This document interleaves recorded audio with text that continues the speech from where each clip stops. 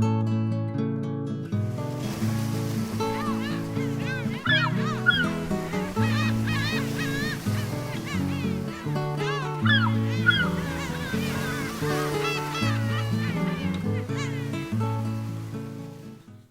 then, folks, episode 4.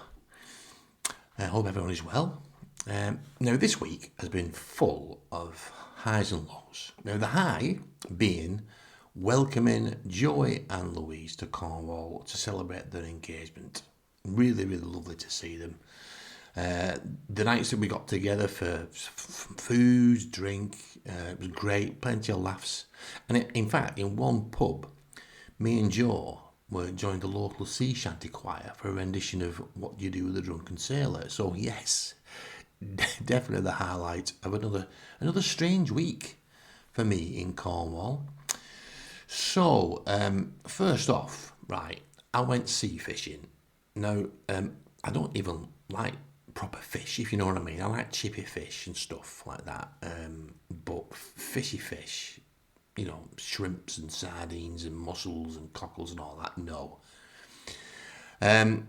But Tracy thought it would be a good idea to go sea fishing, or as I call it now, 40 quid to be humiliated by strangers and a seagull. But, she insisted you should try it. Do something out of your comfort zone. You'll love it. Well, yeah, okay, we'll give it a whirl, see what happens. And come the actual day, she's nowhere to be seen. I'm on my own, stood on the harbour with a rucksack and what could only be described as the nerves of a man about to be press-ganged into the Navy. Now, the boat itself that was going to get on, it looked sturdy enough. It was a bit weather-beaten, smelled like cod that had died sometime in 1982. And on board, there was half a dozen blokes, all locals. They all looked like they'd been fishing since they were like in nappies. You know what I mean? Beards and big arms and red faces and dressed in oilskins. And there's me, clean shaven, jeans, polo shirt, trainers. Might as well have worn a badge saying clueless tourist. Now, the skipper was a fellow called Len. He sized me up straight away and he goes, "First time, is it?" And I'm like, trying to sound casual. "Oh, no, I've fished before," which is technically true. I once caught a stittleback in a pond in Goulburn with a net. So, yeah, that's technically true, I suppose. Didn't think that counted, though, so I didn't say it, left it out. Anyway, we headed out, and I looked behind me and the harbour was getting smaller and smaller, and, my confidence was the same, actually, because the sea, well, it's not like the River Dug in Wigan, is it? It moves up and down, side to side, and within 10 minutes, I'm gripping the rail like it's the big one at Blackpool. And of course, there's the lads are all chatting away like it's nothing. One of them, this bloke called Kev, he gives me this massive grin and says, "Don't worry, mate, you'll soon find your sea legs." I'm like, sea legs? Mine, I've already filed for the divorce. They've gone. So I'm stood there, trying to copy what they're doing, line in the water, bit of patience. They're all swapping fishing stories. "Oh, remember that time I pulled in a 20-pound bass? Oh, aye, and that day we caught so many mackerel the boat nearly sank." All proper heroic tales. And then one of them looks at me and he said, "What about you then, pal? What's your best catch?" Well, I panic. I can't exactly say, 2 for 1 at Iceland. So I mumbled something about a decent-sized trout I once nearly got at Lake District, which they all nodded, well, politely. But you could see it in their eyes. This lad's a fraud. Now, here is where it gets worse. After about 20 minutes, my line goes taut. I've hooked something. Big excitement. I'm reeling it in. My arms are aching. The skipper's shouting encouragement. The lads are all cheering me on. And honestly, It was the most support I've had since the Wigan Little Theatre Christmas raffle. And after all that effort, up comes a boot. A big, soggy, barnacle-encrusted welly. Nice one, lad. Plenty of soul in that. The whole boat row were laughter. One bloke nearly dropped his pint can of cider overboard. He was laughing that much. Well, I was just stood there holding this ancient piece of footwear like it was Excalibur. Oh, but I'm not finished. Oh, no, I don't give up. I try again. Determined. Next cast, nothing. Next one, seaweed. Then nothing again.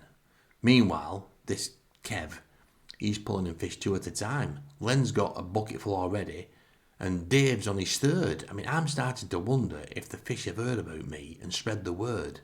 Avoid that line, lads. He's not local. He's not got a clue. Oh, and the smell. Oh, good Lord. The smell. I mean, between the diesel engine, the bait, and my own growing nausea, I smell like a compost bin at a fishmonger's. I'm trying to stay dignified, but every time I move, the horizon does a backflip. The final insult? Well, I'd packed myself a nice butty. I was going to say sandwich then, but it's a butty. Ham and mustard on granary, one of my favourites. Bit of cling film on it just to keep it clean, you know what I mean? Carefully wrapped. And I'm just about to eat it because I'm thinking, bit of food, this will settle my stomach. And out of nowhere, a seagull the size of a Labrador swoops down, snatches it clean out of my hand and flies off laughing. Yeah, laughing. Don't tell me birds can't laugh, because this one did. So there I am, sick, starving, shoeless in spirit, and utterly humiliated. And we finally get back to shore. All the lads are unloading bucket loads of fish, slapping each other on the back, planning how they'll cook it all up. Meanwhile, I stagger down the gangplank like a man returned from battle, holding nothing but a welly. And that, my friends, was my big Cornish sea fishing adventure. I went out as a man, I came back as bait. So, after the fishing fiasco, I thought to myself, right, we need to do something less nautical, you know what I mean, something land-based. And Tracy mentioned that there's a phaeton at the village hall. So she says, come on, we'll go, it'll be lovely. So I thought, yeah, it will be.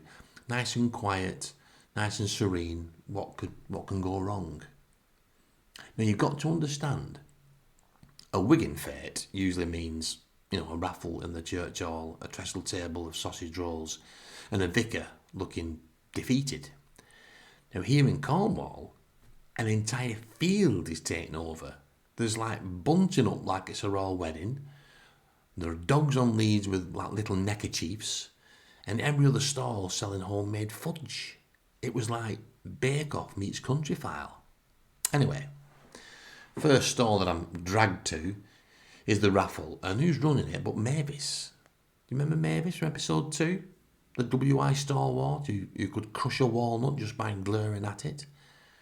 She's there with a book of tickets and a look that says, don't even think about walking past.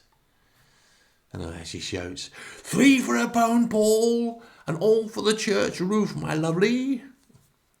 I hand over my quid before she rips my arm off.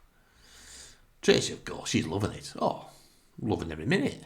She's chatting away. Oh, isn't this lovely, Paul? Everyone's so friendly. Meanwhile, I'm stood there clutching me strip of tickets like a condemned man. Then we bump into Gwen. Now, as you remember, Gwen, she's local born and bred. She's got that Cornish look of someone who's weathered 50 years of sea air and is powered entirely by strong tea and cynicism. Paul, nice to see you out of your natural habitat. How's your fishing? Catch anything? Ooh, she knows full well I didn't. Word spreads faster around here than the smell of cow dung. Tracy chips in, of course. Oh, Gwen, you should have seen him on that boat. He looked greener than your run of beans. Both laughing their heads off. Fine. This is my life now. public ridicule at wholesale prices. Anyway, on we go. Cake stall. There's like towers of sponge cakes, scones piled higher than Snowdon, jam tarts sparkling like a treasure. I go to pick up a slice of Victoria sponge, one of my favourites, and the stallholder whispers like she's selling contraband.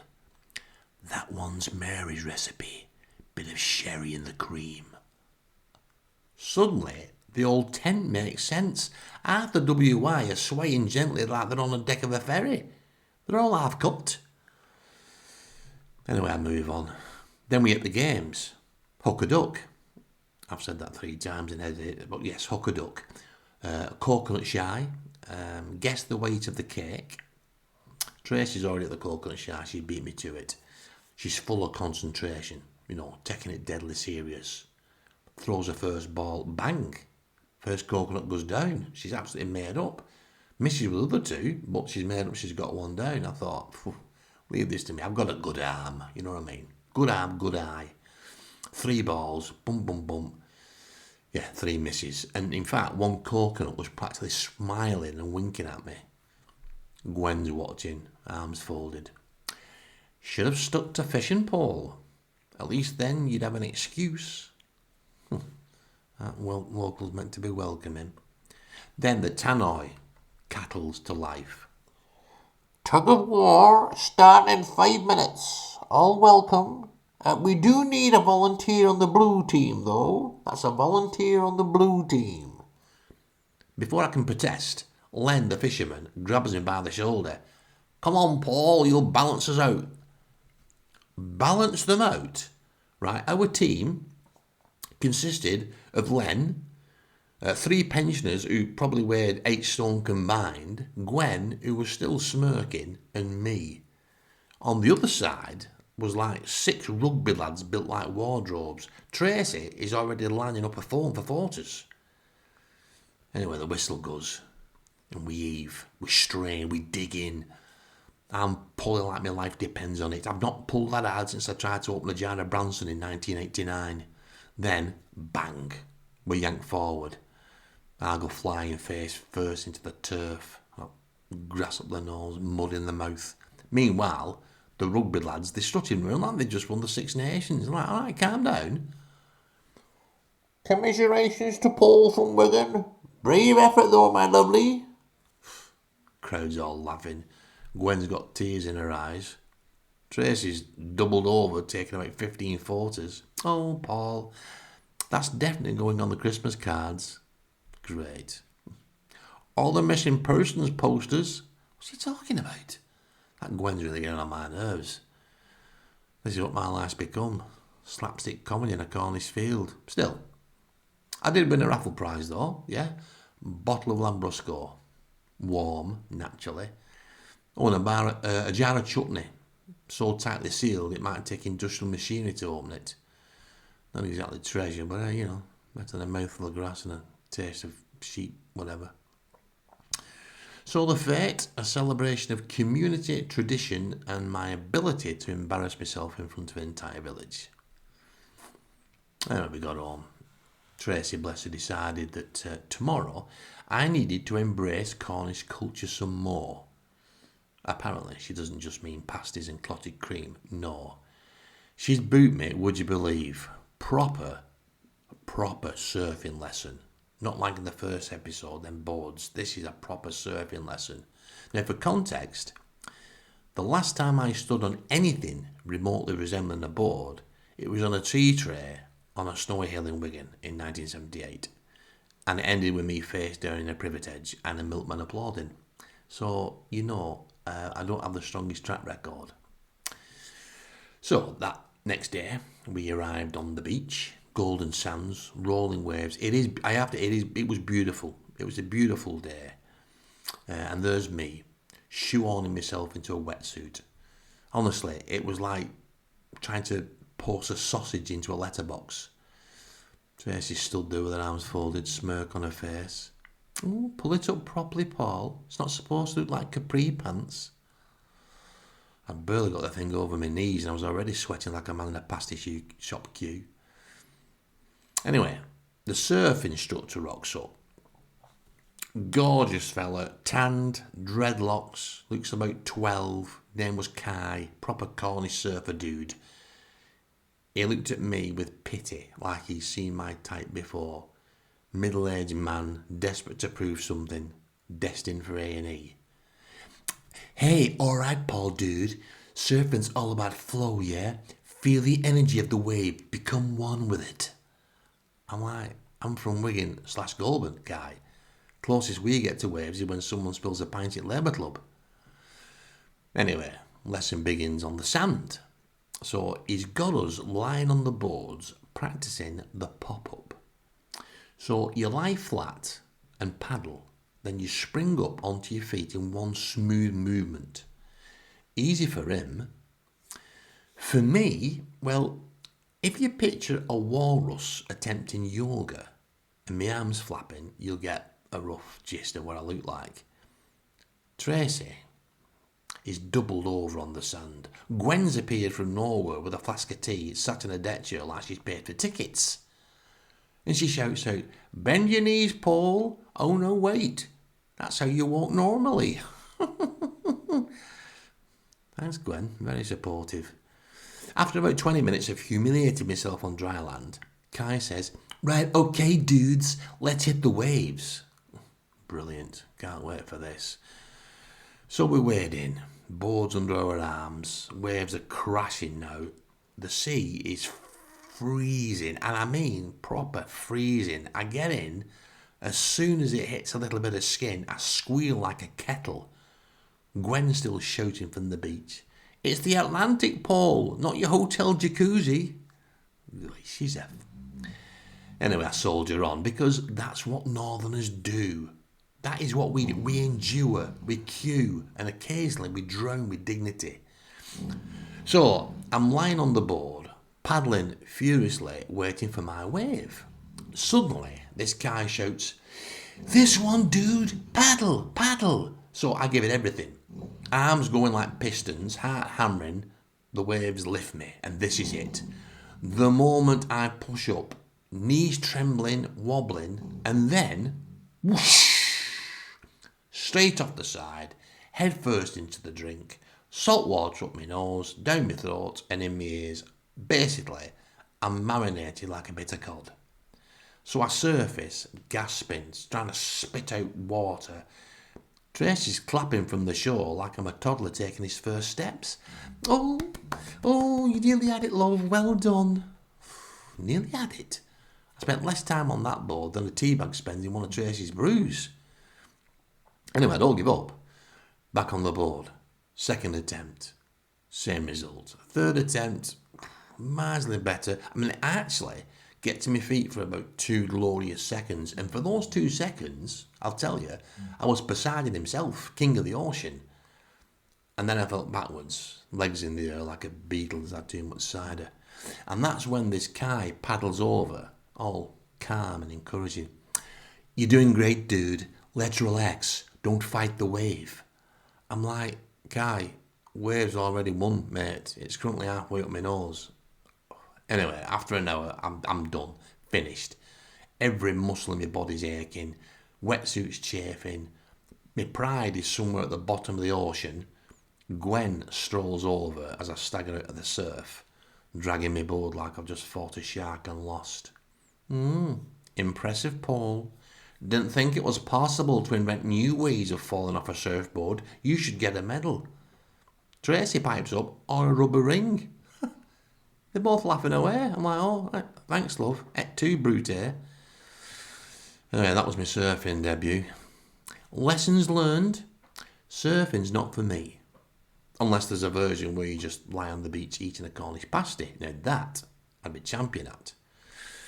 So after my heroic failure at surfing, Tracy says, "Like, let's go for a proper Cornish night out. Let's go to the pub. We'll have a few drinks." Translation is the local pub, folk music, and, brace yourself, Cornish dancing. Now, I'll be honest, when I think fortnight, I imagine a bloke with a beard, finger in his ear, singing about shipwrecks in a key that no human has ever used before. What we actually walk into is, well, basically pretty much that, actually. the pub's heaving. All the locals are all packed in. There's fiddles and accordions. They're going full throttle. There's a bloke on the bodhrán, one of those like drum things that you hold, hammering away like he's trying to break the sound barrier. And of course, Gwen's there at the bar, probably on a 5th pint of cider, Cornish flag round her neck. Oh, here he is, the Wigan surfer, or should I say the Wigan sponge, spent more time soaking than riding. Oh, yeah, very funny, Gwen. I was saving my energy for this, for the dancing. Now, the locals, they're all packed in, and I did kind of know some of them by name. There was Brian, a retired tin miner, face like a Cornish cliff, and a beard that could house wildlife. There was Jethro, a fisherman, trousers held up by sheer optimism. Both of them are already like about 10 pints ahead of me, clapping along like the lives depended on it. All right, Paul, lad, come to show us your northern dance, have you? Yeah, not so much sure, Brian, more that, apologise in advance. Now, Tracy has already dragged me towards this makeshift dance floor, which is basically a cleared bit by the fireplace. So a fiddler strikes up a reel, which is kind of like a tune thing, and suddenly I'm in a Cornish dance, it's like a social gathering, traditionally with Scottish or Irish Gaelic origins that often involves, music and dance and storytelling, stuff like that. Anyway, my hands are everywhere. People are spinning, stomping, laughing. It's chaos. It's like sheer chaos. Now, Northerners, well, we're used to dancing like being a very personal thing. Maybe a slow shuffle at a wedding, maybe a bit of oops up inside your head, that type, if you're desperate. But this is exercise disguised as culture. And I got paired with, yeah, you've guessed, with Gwen. Big mistake. Right, Paul, hold my hand, spin round, and whatever you do, don't fall over. So we spin. The room's blurring. I'm clinging on like a man on the waltzer. Gwen is surprisingly strong. I think she's dislocated my shoulder at one point. Then I get past to Jethro. He grabs me by both arms, swings me around like I'm the day's catch. My feet actually leave the floor, and for a minute, I'm airborne. I'm looking down at the bar like Mary Poppins in a wetsuit. Fly, Paulie, fly, Jethro shouts. I come crashing down, half on the floor and half on Brian's boots. Brian holds me up with one hand like I weigh nothing. Light as a feather, this one, or maybe just full of hot air. Meanwhile, Tracy's having the time of her life. She's dancing away, all over, her and arms everywhere, laughing, completely in her element. She even shouts across the room, "Oh, come on, Paul, loosen up, it's fun." Loosen up, she says. I'm already looser than a second-hand belt. My legs are like jelly, my shirt's clinging, and I'm fairly sure I've got a pulled muscle in my eyebrow. Anyway, the dance ends with everyone like clapping and stomping and cheering. I collapse into a chair, sweating buckets, lungs screaming for mercy. Gwen plonks a pint of cider in front of me. "You've earned it. That was the best comedy I've seen all year." Walks off laughing. "My comedy? Gwen, that was art, I'll tell you. That was a cross between river dance and a medical emergency." Jethro comes over. "Not bad, lad. We'll make a Cornishman out of you yet. All you need now is the accent." I'm like, right, I'm an actor. I can do accents, so if they want a Cornish accent, I'll give them a Cornish accent. So I cleared my throat. Here it goes. "Who are? Where's me pasty?" Dead silence. The whole pub turned and looked at me. I mean, even the fiddler stopped. And then Brian shouts out, "Stick to dancing, Paul." The whole place erupts.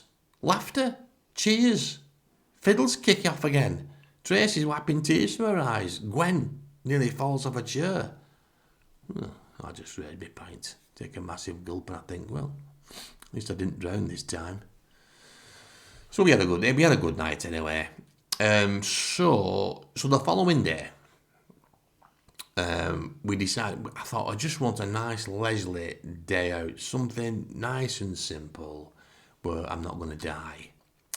Now, If you've never been to St Agnes, let me just paint the picture. It's a lovely seaside village, narrow little streets, whitewashed cottages, there's bunting fluttering in the breeze, very postcard. But then Tracy, as we're kind of walking around looking in various shops, she decides that we should go exploring. And exploring in Tracy's dictionary means dragging Paul into situations that he'll hate. So, down one of these back alleys tucked away between a surf shop and a bakery, there's this tiny crooked little place. There's no name on the sign, there's just a symbol, like a crescent moon eating a sausage roll. And Tracy says, "Oh, look, Paul, a mystical shop." Now, I don't do mystical. I'm from Wigan/Goulburn. The most mystical thing we had was the market stall where you weren't entirely sure if the meat was pork or pigeon. But in we go. So the bell jingles, the door creaks, and suddenly I'm in what looks like the props cupboard from Harry Potter. You know, the shelves are crammed with jars, there's dusty books, there's candles shaped like skulls, and the smell. Imagine incense, cat litter, and wet socks all blended together, and you'll know what I mean. And then she appears, the shopkeeper. Now, this woman looks like she's been preserved in mothballs since the 1800s. She's like bent over, big hook nose, eyes that don't blink, and she's wearing about 17 shawls. And she glides. She doesn't walk, just glides forward like she's on wheels. "Welcome, travellers. You seek protection?"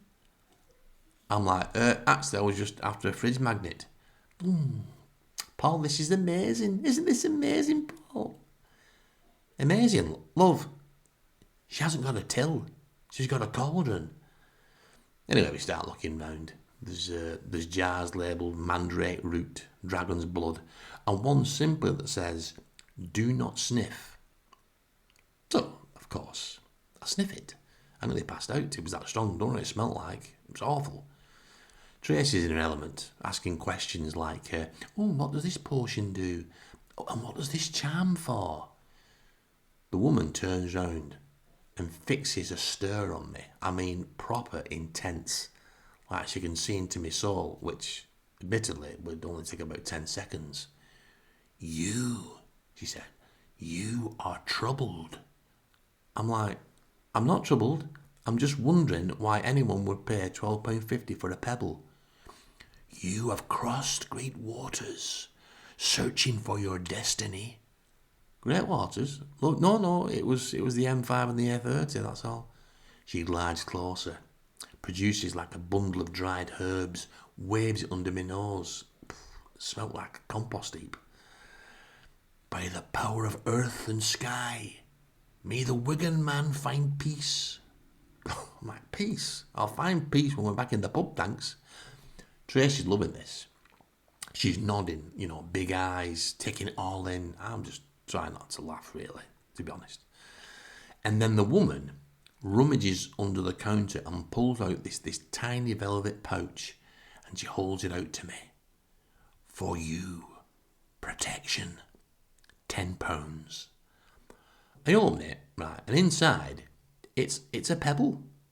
Just like a normal grey pebble, possibly nicked from someone's driveway.